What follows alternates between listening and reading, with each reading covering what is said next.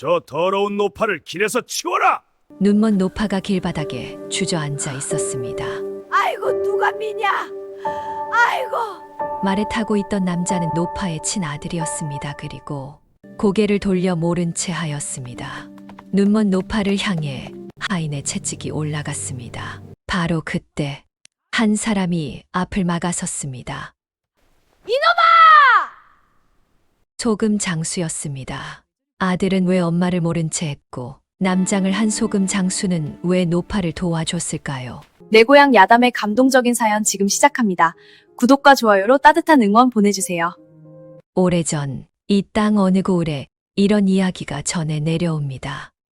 지금으로부터 까마득히 오랜 세월 전 충청도 어느 고을 한편에 기와지붕이 위엄있게 드리워진 최씨 댁이 있었습니다. 대문 앞에는 수령이 100년은 좋게 넘어 보이는 느티나무 한 그루가 굳건히 서 있었고 그 그늘 아래로는 언제나 동네 아이들이 뛰어놀곤 했습니다. 겉으로 보기엔 부유하고 화목해 보이는 집이었습니다. 그러나 그 높다란 담장 안쪽에서는 말 못할 눈물이 날마다 마르지 않고 흘러내리고 있었습니다. 최 씨 부인은 일찍 남편을 여의고 홀로 외아들 도방이를 키워낸 여인이었습니다. 어깨 하나로 가문을 지켜온 세월이 얼마이던가요. 그 고집과 자존심은 하늘을 찌를 듯 강했고 동네에서도 최 씨 댁마님 앞에서는 개도 꼬리를 내린다는 말이 돌 정도였습니다. 그런 집에 며느리로 들어온 이가 바로 설이었습니다. 본명은 강설이 이웃 고을 가난한 선비의 외동딸이었지요. 글을 읽을 줄 알고 바느질 솜씨가 곱고 남모르게 품은 마음씨가 고왔습니다. 그러나 그 가난한 집안 출신이라는 것 하나만으로 최 씨 부인의 눈밖에 나기엔 충분했습니다. 가난뱅이 선비 집딸을 왜 내 아들이 데려왔는지 에휴. 혼례를 올린 지 사흘째 되던 날 아침 최 씨 부인은 설이가 퍼올린 우물물이 조금 흘렀다는 이유만으로 이렇게 쏘아붙였습니다. 설이는 입술을 꽉 깨물었습니다. 억울했지만 이 집에 들어온 이상 어찌하겠습니까? 허리를 깊이 굽혀 인사를 드리고 다시 부엌으로 들어갔습니다. 시작은 그랬습니다. 작은 것들이었습니다. 그러나 작은 것들이 날마다 쌓이면 결국 태산이 되는 법이지요. 밥상에 올린 국이 싱겁다고 욕을 들었습니다. 다음 날 짜게 끓이니 짜서 못 먹겠다고 했습니다. 새벽부터 일어나 마당을 쓸어도 게으른 년이 이제야 일어났냐는 소리를 들었습니다. 설이가 시장에서 사온 비단이 곱다는 동네 칭찬이 들려오자 남의 눈에 들려고 살림을 낭비했다는 핀잔을 들었습니다. 이러한 세월이 1년, 2년, 3년을 넘어갔습니다. 설이의 손은 점점 거칠어졌습니다. 새벽부터 우물물을 길어 올리고 아궁이에 불을 지피고 빨래를 하고 밥을 짓고 마당을 쓸고 또 빨래를 하고 그 손이 얼마나 트고 갈라졌는지 겨울이면 핏줄이 터져 배포에 핏자국이 묻어났습니다. 그래도 설이는 소리 내어 울지 않았습니다. 밤마다 이불 속에서 조용히 아무도 듣지 못하도록 조용히 흐느꼈을 뿐이었습니다. 남편 도방이는 어떠했을까요?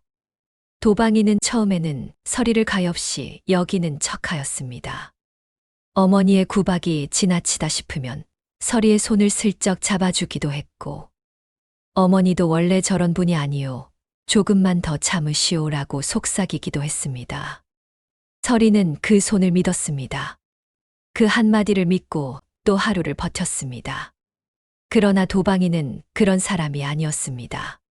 30이 채 되기도 전에 도방이는 장터 근처 기방지방에 드나들기 시작했습니다. 처음엔 친구들과 어울린다고 했습니다. 그 다음엔 사업 때문이라고 했습니다. 그러다 어느 날부터는 집에 들어오지 않는 날이 하루, 이틀, 사흘로 늘어갔습니다. 동네 안악들이 수군거리기 시작했습니다. 저기 최 씨 댁 도련님이 홍 씨라는 기생 여자를 들여앉혔대요. 에이, 설마. 그 댁이 어떤 댁인데. 아이, 내가 직접 봤다니까요. 장날수레 위에서 같이 앉아서 서리의 귀에도 그 소문이 들어왔습니다. 서리는 입술을 깨물었습니다. 가슴이 찌르르하게 저려왔지만 소문이란 게 틀릴 수도 있는 법이라고 스스로를 달랬습니다. 하지만 소문은 사실이었습니다. 아니, 소문보다 훨씬 더 나쁜 사실이었습니다. 도방이는 노름에 손을 댔습니다. 처음엔 몇 냥, 그 다음엔 몇십 냥, 그 다음엔 몇백 냥을 잃었습니다. 집에 돌아올 때마다 눈이 빨개졌고 술 냄새가 진동했습니다.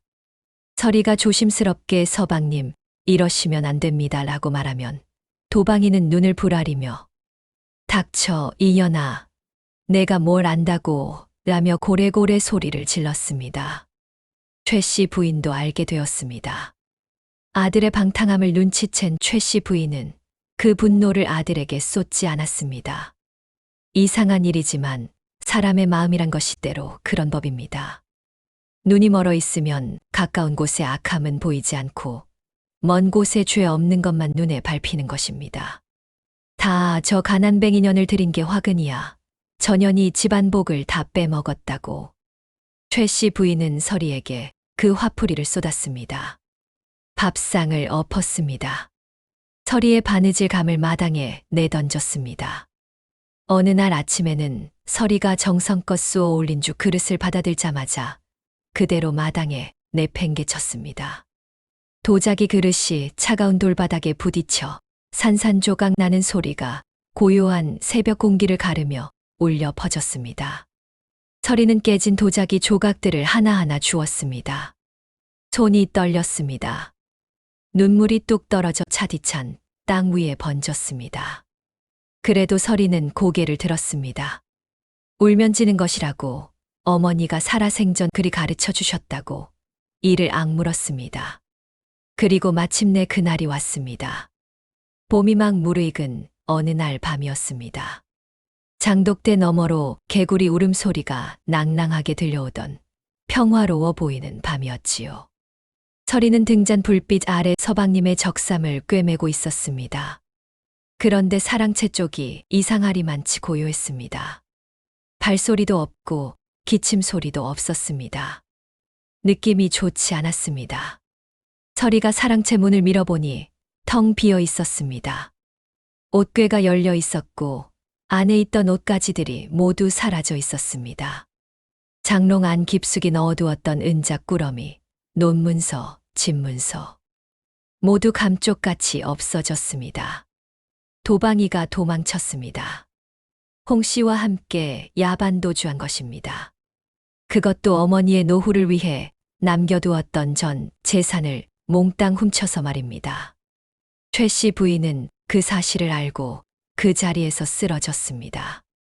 외마디 비명이라도 지르면 그나마 나았을 것입니다. 그러나 최 씨 부인은 아무 소리도 내지 않았습니다. 그저 눈을 크게 뜬 채로 쓰러져 사흘 밤낮을 아무것도 먹지 않았습니다. 그리고 나흘째 되던 날 아침 최 씨 부인이 중얼거렸습니다. 이상하다. 방 안이 왜 이리 어둡냐. 창문 너머로는 환한 봄 햇살이 쏟아지고 있었습니다. 서리의 가슴이 덜컥 내려앉았습니다. 어머님, 지금 뵈시지 않으십니까? 최 씨 부인은 대답하지 않았습니다. 다만 두 손을 앞으로 더듬거리며 왜 이리 어두워? 불을 밝혀라. 하고 중얼거릴 뿐이었습니다. 충격이었습니다. 너무 큰 충격이 한꺼번에 들이쳐 눈이 멀어버린 것입니다.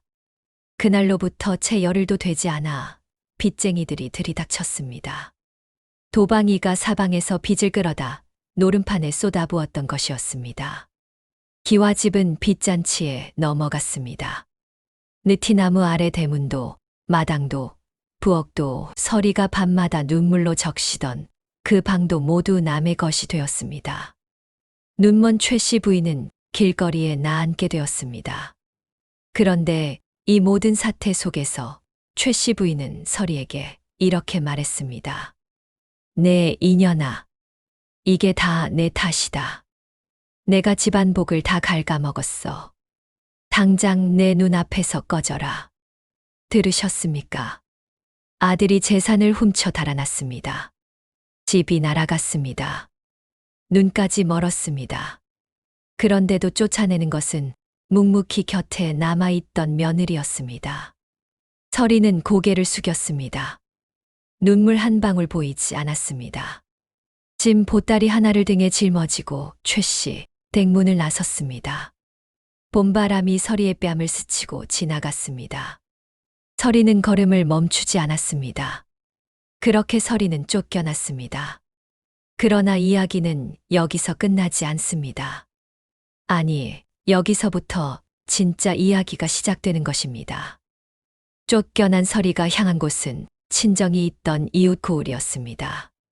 그러나 친정 역시 사정이 여의치 않았습니다. 병환으로 자리에 누운 아버지와 홀로 남겨진 늙은 어머니만이 있었을 뿐 서리를 따뜻하게 받아줄 여유가 없었습니다. 서리는 며칠을 부모님 곁에서 묵다가 아버지의 약값을 조금이나마 마련해 드리고 다시 길을 나섰습니다. 세상으로 나온 서리는 처음엔 남의 집 친모 쩨모 노릇을 했습니다. 바느질 솜씨 하나로 이 집 저 집을 떠돌며 끼니를 이었습니다. 그 생활도 쉽지 않았지만 서리는 불평하지 않았습니다. 어차피 최씨 댁에서의 삶이 편안했던 것도 아닌지라 바깥 고생이 생소하진 않았습니다. 그렇게 몇 달이 흘렀을까요? 어느 흐린 가을날 서리는 장터 끝 빈 노점 자리에 쪼그리고 앉아 식은 감자 하나를 씹고 있었습니다. 찬 바람이 불어와 저고리깃 사이로 파고들었고 지나가는 사람들의 발소리가 분주하게 울렸습니다. 서리는 그저 아무 생각 없이 먼 산을 바라보고 있었지요. 그런데 그때였습니다. 저 멀리 장터 어귀 쪽에서 어떤 노파 하나가 길 한복판에 주저앉아 있는 것이 눈에 들어왔습니다. 사람들이 그 옆을 지나치면서도 아무도 멈추지 않았습니다. 누군가는 혀를 차며 비켜갔고 누군가는 아예 눈길조차 주지 않았습니다. 서리는 자리에서 일어났습니다. 발걸음이 저절로 그리로 향했습니다. 가까이 다가가자 그 노파의 얼굴이 보였습니다. 심장이 멈추는 것 같았습니다. 최씨 부인이었습니다. 몇 달 만에 본 시어머니의 모습은 서리가 기억하던 그 위험 있던 마님의 모습이 아니었습니다. 한때 단정하게 올린 머리는 부스스하게 풀려 있었고 흰 못이 저고리 대신 누더기에 가까운 삼배 적삼 하나만 걸치고 있었습니다. 두 눈은 초점 없이 허공을 향해 있었고 마른 손은 힘없이 무릎 위에 놓여 있었습니다. 에휴, 저 불쌍한 것을 어째. 주변에서 지나가던 아낙 하나가 혀를 차며 가던 길을 갔습니다. 서리는 그 자리에서 한참을 움직이지 못했습니다. 눈물이 날 것 같았습니다. 가슴 밑바닥에서 무언가가 울컥 치밀어 올랐습니다. 저 여인이 자신을 얼마나 구박하고 쫓아냈는지를 서리는 기억했습니다. 억울하고 분하고 원망스러운 감정이 없었다면 거짓말이었습니다. 그러나 서리가 본 것은 그것뿐이 아니었습니다. 보였습니다. 그 야위고 축 처진 어깨가 아무것도 의지할 곳 없이 홀로 세상 한복판에 내던져진 한 사람의 모습이 아들에게 배신당하고 집을 잃고 눈까지 멀어 길바닥에 앉아있는 그 모습이 서리는 이를 악물었습니다. 오래, 아주 오래 생각했습니다. 그리고 결심했습니다. 그러나 문제가 있었습니다. 서리가 정체를 드러내고 다가간다면 어떻게 될까요? 최씨 부인은 자존심이 강했습니다. 가난뱅이 며느리에게 신세를 진다는 것을, 그것도 자신이 발길질에 쫓아낸 며느리에게 의지한다는 것을 그 자존심이 허락하지 않을 것이었습니다. 분명히 손을 뿌리치고 떨쳐낼 것이었습니다. 아니, 차라리 굶어 죽겠다고 할지도 몰랐습니다. 서리는 방법을 생각했습니다. 하루를 생각하고 또 이틀을 생각했습니다. 그리고 마침내 한 가지 방법을 떠올렸습니다. 장터 근처 헌 옷더미에서 남자 옷을 구했습니다. 무명 적삼과 통 넓은 바지, 낡은 삿갓 하나. 여기에 헝겊으로 가슴을 동여매고 목소리를 가다듬어 놨고 굵게 만들었습니다. 거울 아닌 우물가 물에 비춰보니 영락없이 20살간 넘은 젊은 총각이었습니다. 서리는 자신의 진짜 이름을 내려놓았습니다. 그리고 소금 장수가 되었습니다. 왜 소금 장수였을까요? 소금은 생활에 꼭 필요한 것이었습니다. 어느 마을에 가도 팔 수 있었고 지게 하나면 시작할 수 있는 장사였습니다. 무엇보다 소금 장수는 전국 팔도를 떠돌았습니다. 한 고을에 오래 머물지 않아도 이상하지 않았습니다. 시어머니를 등에 업고 이 마을 저 마을 떠돌기에 이보다 더 좋은 직업이 없었습니다. 서리는 최 씨 부인 곁으로 다가갔습니다. 굵게 낮춘 목소리로 말했습니다. 어르신, 괜찮으십니까? 저는 지나가는 소금 장수인데 도방이 형님과 어린 시절 함께 자란 사람입지요. 형님이 멀리 떠나시기 전에 어르신을 부탁한다고 하셔서 최 씨 부인의 빈 눈이 소리 나는 쪽으로 향했습니다. 도방이 친구, 아들이 부탁을 했다고? 목소리에 신락 같은 기대가 섞여 있었습니다. 서리의 가슴이 저렸습니다. 저 여인은 아직도 아들이 어딘가에서 자신을 생각하고 있을 것이라 믿고 싶었던 것입니다. 예, 그렇습니다. 당분간 제가 모시겠습니다. 어르신, 손 내밀어 보시겠습니까? 최 씨 부인이 마른 손을 앞으로 내밀었습니다. 서리가 그 손을 두 손으로 꼭 잡았습니다. 여인의 손 한때 서리를 핀잔하고 밥그릇을 집어던지고 꺼져라고 소리치던 그 손이 지금은 마치 아이처럼 가냘프게 떨리고 있었습니다. 서리는 고개를 들지 않았습니다. 들면 눈물이 떨어질 것 같았습니다. 자, 어르신 일어나십시오. 제 등에 업히시지요. 그렇게 시작되었습니다. 소금 장수 서리의 열해가. 서리의 하루는 해가 뜨기 전부터 시작되었습니다. 이른 새벽, 아직 별이 지지 않은 하늘 아래서 서리는 지게를 졌습니다. 소금 자루는 쉬이 30근이 넘었고 그 위에 마른 행장 보따리를 얹었습니다. 거기에 더해 눈먼 시어머니를 등에 업으면 서리의 두 무릎이 사시나무 떨듯 흔들렸습니다. 그러나 서리는 흔들리지 않았습니다. 들판을 지나고 고갯길을 넘고 다리가 없는 개울은 치맛자락이 아닌 바지를 적시며 첨벙 건넜습니다. 발이 부르텄습니다. 집신 밑창이 달아 구멍이 났고 그 구멍으로 자갈이 들어와 발바닥을 찔렀습니다. 그래도 서리는 걸음을 멈추지 않았습니다. 한낮의 뙤약볕 아래서는 살갗이 벌겋게 달아올랐습니다. 등에 업힌 최 씨 부인이 물이 먹고 싶구나 하면 서리는 냇가를 찾아 달려갔고 배가 고프구나 하면 장터에서 가장 좋은 것을 사왔습니다. 시어머니의 입에 먼저 넣어드리고 자신은 찬물 한 모금으로 속을 채웠습니다. 어느 이른 봄날이었습니다. 아직 겨울이 완전히 물러가지 않아 북쪽에서 내려오는 바람이 살을 에이는 듯 뼛속까지 파고드는 날이었지요. 서리의 발은 이미 동상에 걸려 발가락 끝이 새까맣게 변해 있었고 숨을 들이쉴 때마다 찬 공기가 폐 깊숙이 내려가 아릿하게 아팠습니다. 해는 저물어 들판에는 아무것도 보이지 않았고 하늘에서는 눈발이 날리기 시작했습니다. 등에 업힌 최 씨 부인이 물었습니다. 자네 춥지 않은가? 이 늙은이를 업고 얼마나 고생인고.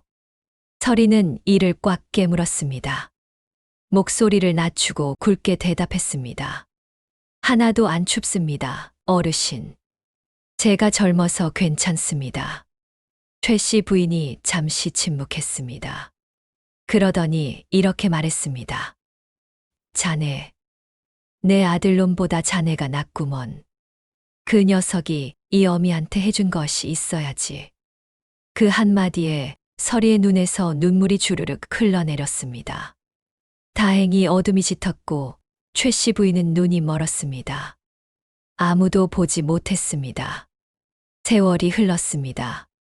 해가 바뀌고 또 해가 바뀌었습니다.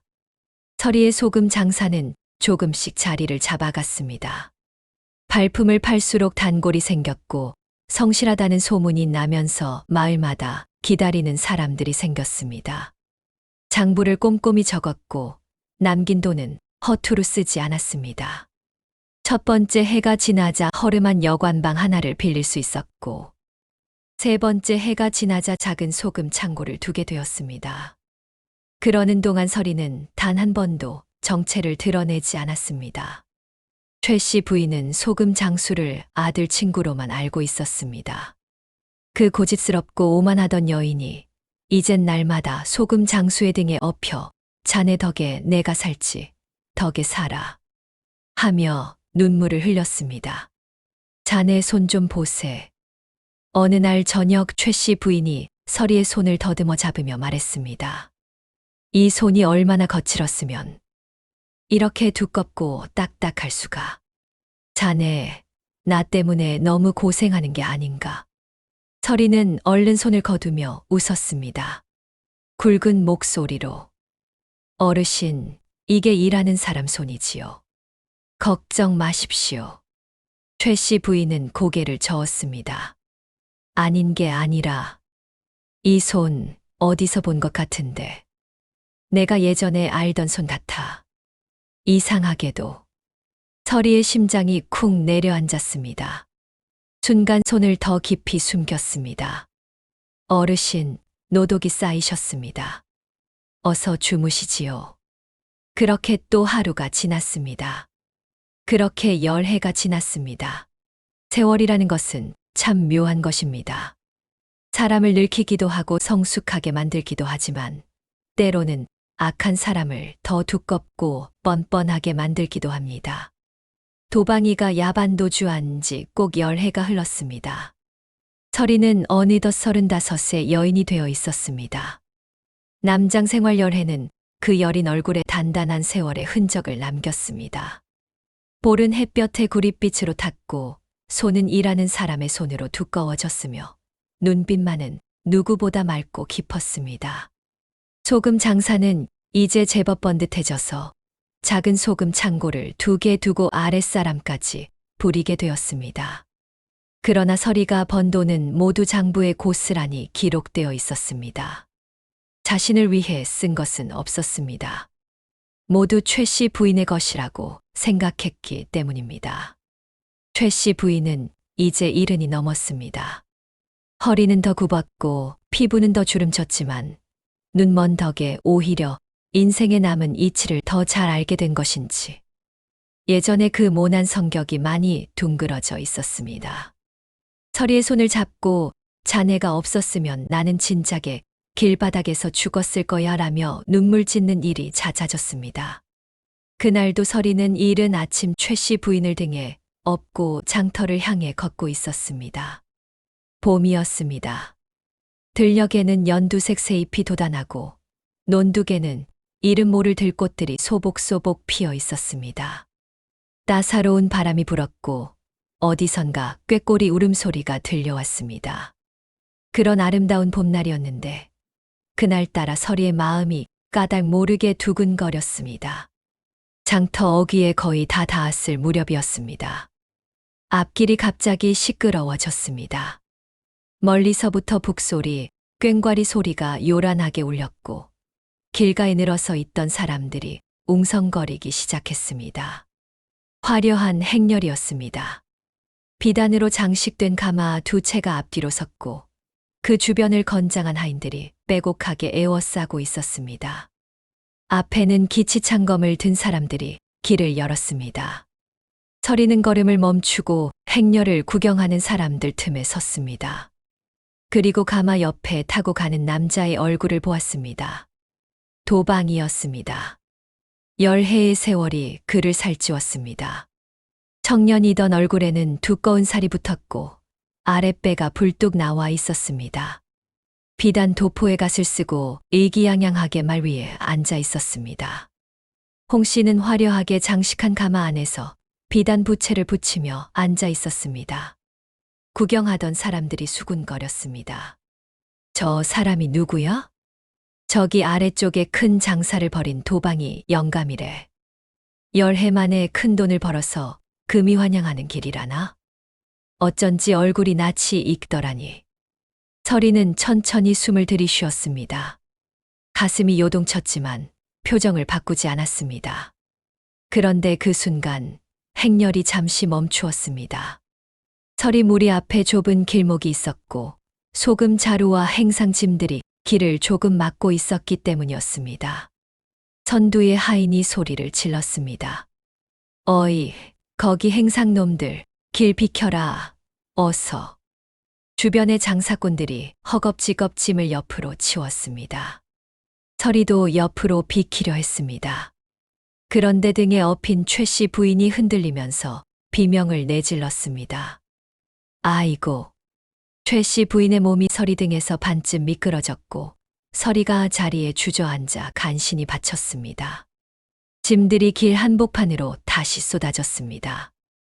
행렬이 완전히 멈추었습니다. 뭐야, 저 노파가 길을 막잖아. 가마 행렬 앞에서 말을 탄 도방이가 소리쳤습니다. 그리고 시선이 길 한복판에 넘어진 짐 더미와 그 옆에 쪼그리고 앉은 눈먼 노파에게로 향했습니다. 도방이의 눈이 잠깐 멈추었습니다. 노파를 보았습니다. 하얗게 센 머리, 앞을 못 보는 흐릿한 두 눈, 사가해진 옷. 분명히 누구보다 잘 알아볼 수 있는 얼굴이었습니다.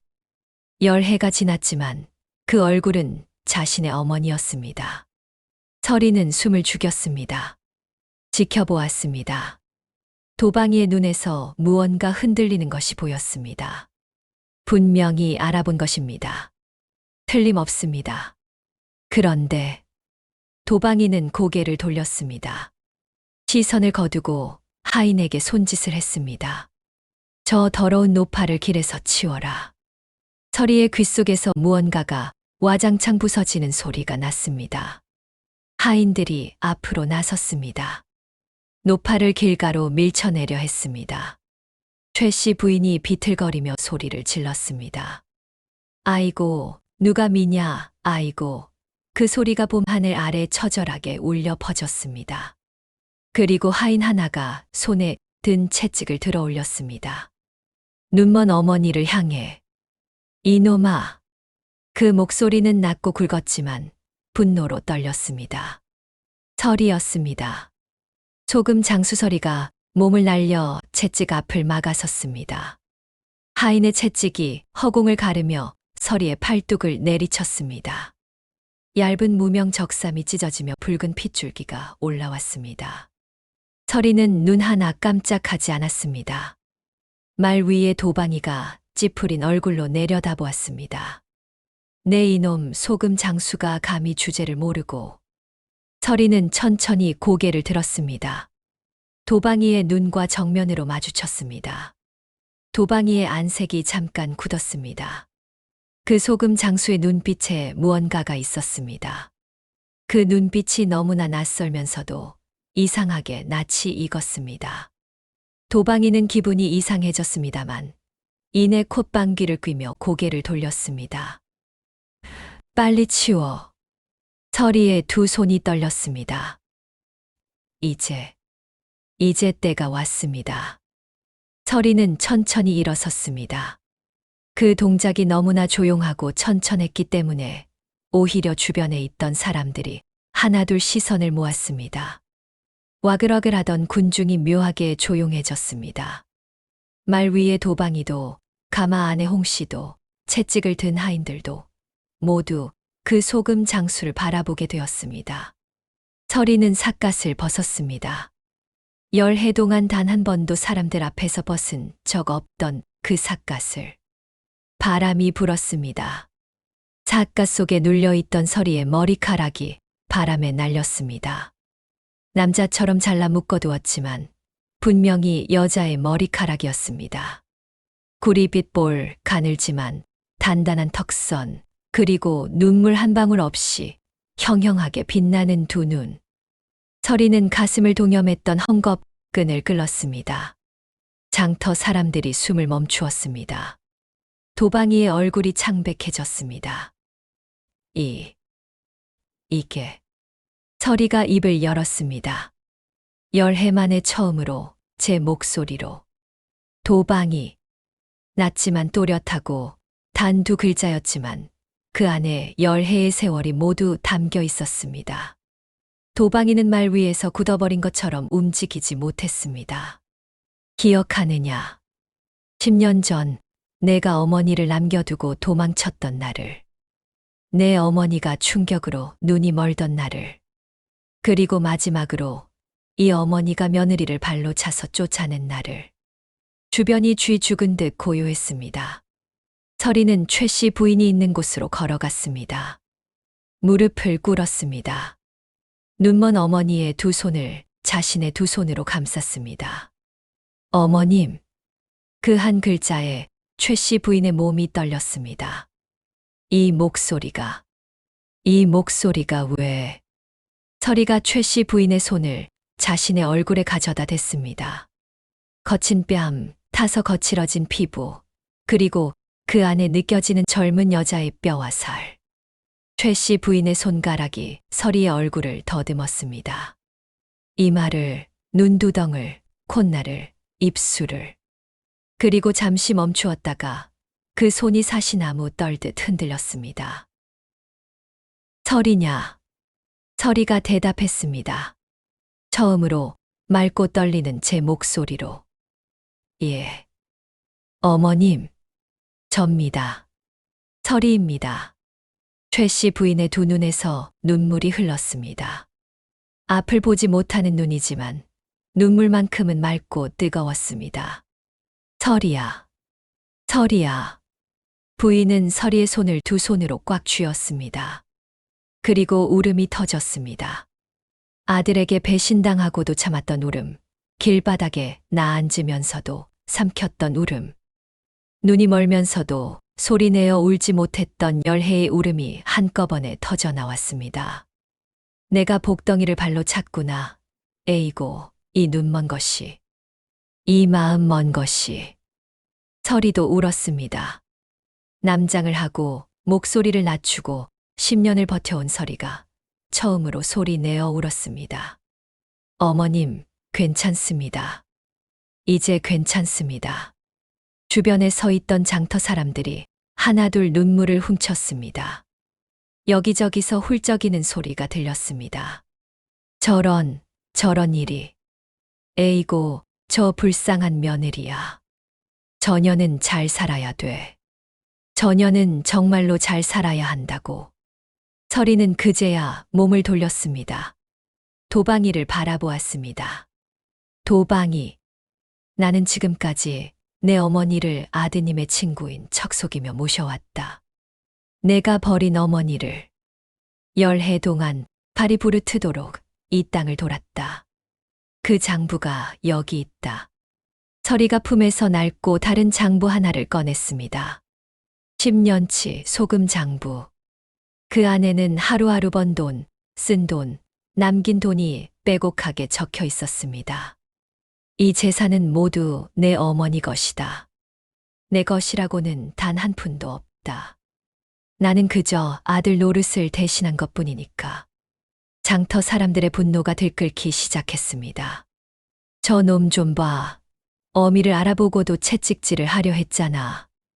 이런 천하의 못된 불효자식을 봤나. 저녀는 뭐야?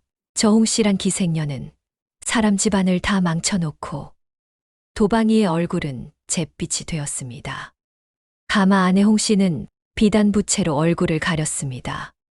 그리고 그때 군중 속에서 한 사람이 앞으로 나섰습니다. 갓을 쓰고 단출하게 차려입었지만 그 눈빛과 걸음새가 보통 사람이 아니었습니다. 허름한 행색 뒤에 감춰진 기운이 사람들을 저절로 물러서게 만들었습니다. 암행어사 김씨였습니다.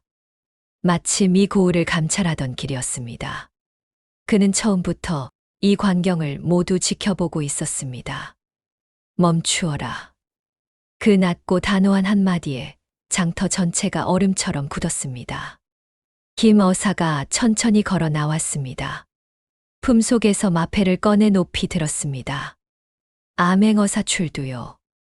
삽시간에 사방이 소란스러워졌습니다. 하인들이 무릎을 꿇었습니다. 도방이가 말에서 내려오다 휘청거렸습니다. 홍 씨는 가마 안에서 새파랗게 질렸습니다. 도방이, 너는 어미를 버리고 재산을 훔쳐 도주한 죄, 어미를 알아보고도 모른 채 한 죄, 하인을 시켜 어미에게 채찍질을 가하려 한 죄, 이 모든 것을 스스로 인정하겠느냐. 도방이는 털썩 무릎을 꿇었습니다. 살려주십시오. 그 비굴한 모습에 장터가 들끓었습니다. 김어사는 서리를 향해 고개를 숙였습니다. 이 고을에서 오늘 가장 큰 효심을 보았습니다. 부인의 행적은 마땅히 나라에 알려야 할 것이오. 서리는 고개를 저었습니다. 어사나리, 저는 아무것도 바라지 않습니다. 다만 어머님이 앞으로 편히 지내실 수 있다면 그것으로 충분합니다. 최 씨 부인은 서리의 손을 놓지 않고 계속 떨고 있었습니다. 그 손을 꼭 쥔 채로 도방이와 홍 씨는 관가로 끌려갔습니다. 도방이가 부정하게 모은 재산은 환수되었고 그중 정당한 몫은 서리와 최 씨 부인에게 귀속되었습니다. 봄 하늘 아래 소금 장수는 남장을 완전히 벗었습니다. 그 봄날 이후로 세상이 달라졌습니다. 아니, 세상이 달라진 것이 아니라 서리의 세상이 달라진 것이지요. 고을 사람들은 그날의 이야기를 입에서 입으로 전했습니다. 소금 장수가 사실은 쫓겨난 며느리였다는 이야기, 10해 동안 남장을 하고 눈먼 시어머니를 등에 업고 팔도를 돌았다는 이야기. 이 이야기는 바람처럼 퍼져나가 이웃 고을까지, 더 먼 고을까지 물처럼 번져나갔습니다. 서리는 더 이상 소금 장수가 아니었습니다. 봄이 무르익어 여름이 오기 전에 서리는 고을 어귀에 작은 집을 마련했습니다. 담장이 낮고 마당이 넉넉하고 뒤뜰에는 텃밭이 있는 집이었습니다. 최 씨 부인이 햇살 좋은 날 마루에 앉아 바람을 쐴 수 있도록 마루를 깊고 너르게 들였습니다. 최 씨 부인의 방에는 언제나 따뜻한 아랫목이 있었습니다. 아침이면 서리가 손수 지은 따뜻한 밥상이 들어왔고 저녁이면 서리가 따뜻하게 데운 물로 발을 씻겨드렸습니다. 날이 좋으면 서리가 부인을 부축해 뒤뜰을 한 바퀴 돌았습니다. 텃밭의 꽃향기를 맡으며 두 사람은 나란히 걸었습니다. 서리야. 어느 화창한 오후 마루에 앉아 햇볕을 쬐던 최 씨 부인이 불렀습니다. 예, 어머님. 내가 그랬지. 밥이 싱겁다고, 물 흘렸다고, 가난뱅이 집딸이라고 하도 구박을 했으니 서리는 부인의 손을 잡았습니다. 따뜻하게. 어머님, 그런 말씀 마세요. 아니야. 해야 해. 내가 해야 해. 최 씨 부인의 목소리가 잠겼습니다. 내 눈이 먼 것이 아니었어. 마음이 먼 거였지. 눈앞에 복덩이를 두고 그걸 쫓아냈으니. 에이고, 이 몹쓸 것이. 서리는 아무 말도 하지 않았습니다. 그저 부인의 손을 더 꽉 쥐었습니다. 뒤뜰 텃밭에서 바람이 불어와 두 사람의 머리카락을 스치고 지나갔습니다. 서리야. 예. 이 늙은이 오래 살아야 할 텐데. 내가 이렇게 잘해주니 더 살고 싶어지는구나. 서리는 웃었습니다. 처음으로 마음 깊은 곳에서 우러나오는 웃음이었습니다. 오래오래 사셔야죠, 어머님. 제가 있으니까요. 고을 사람들은 서리를 두고 강씨 마님이라 불렀습니다.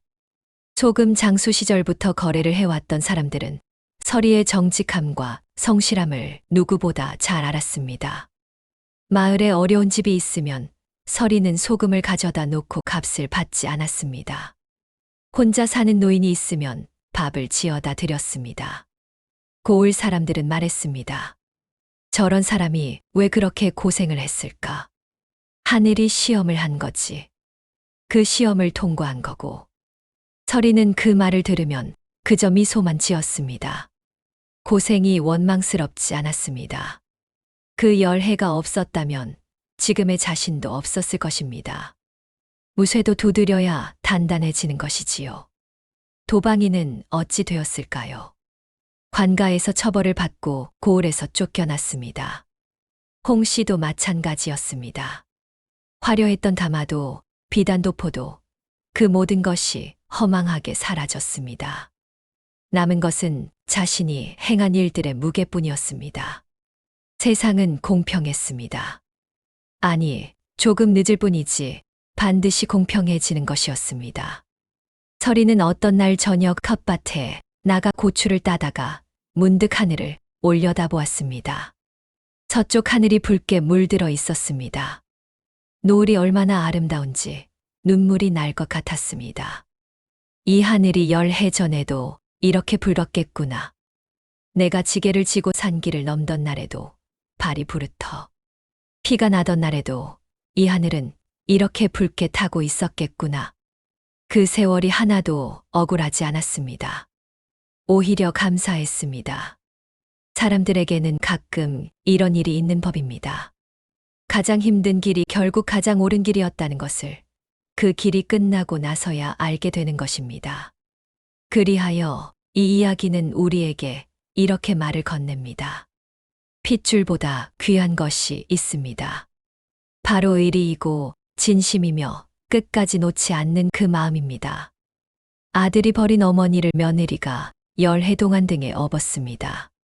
소금보다 짜고 눈물보다 쓰린 세월을 단 한마디 원망도 없이 견뎌냈습니다.